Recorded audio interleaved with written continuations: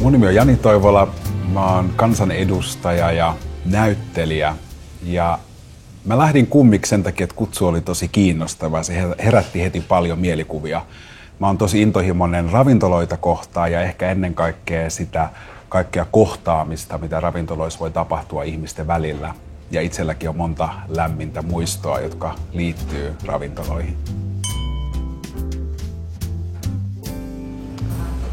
Oikeastaan se mulle sanoi jo se nimi, että rakkauden tiloja ja nautinnon nälkä.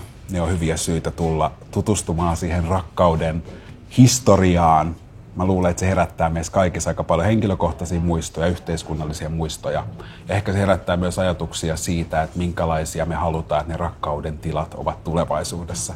Minkälaisista tiloista meidän yhteiskunta täyttyy ja miten jokaisen rakkaus saisi siellä kaikissa muodoissaan olla näkyvää. Yhteen tulemisen paikkoja ja hyvää ihmiselämää.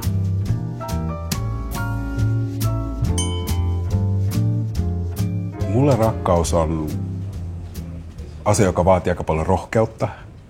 Se on näkyväksi tulemista, se on kohtaamista. Se on jonkinlaista ikään kuin paljaana muiden edessä olemista. Se on antamista ja vastaanottamista. Ja se on unelmia ja hyvää elämää. Ehdottomasti, jos mä ajattelen yhteiskuntaa, niin meidän pitää olla tosi huolellisia siitä, että rakkaus kuuluu kaikille. Että voihan jokainen meidän yhteiskunnassa kokea, että niillä on oikeus ja osallisuus siihen rakkauteen joka suhteessa. Ja että sitä rakkautta saa myöskin ilmaista vapaasti, missä tahansa on.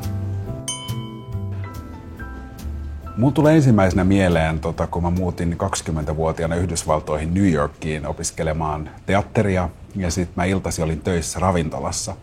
Ja se ravintola, missä mä olin töissä, niin meillä oli siellä vakioasiakkaana semmoinen perhe, missä oli 2 miestä. Ja heillä oli pieni adoptiotytär Boliviasta. Ja mä olin nuori itseäni etsivä mies. Mä tiesin, että mä oon homoseksuaali. Mulla oli haave perheestä, mutta mä olin kasvanut semmoisessa ympäristössä, missä mun käsitys oli, että se mun haave ei ole mahdollista.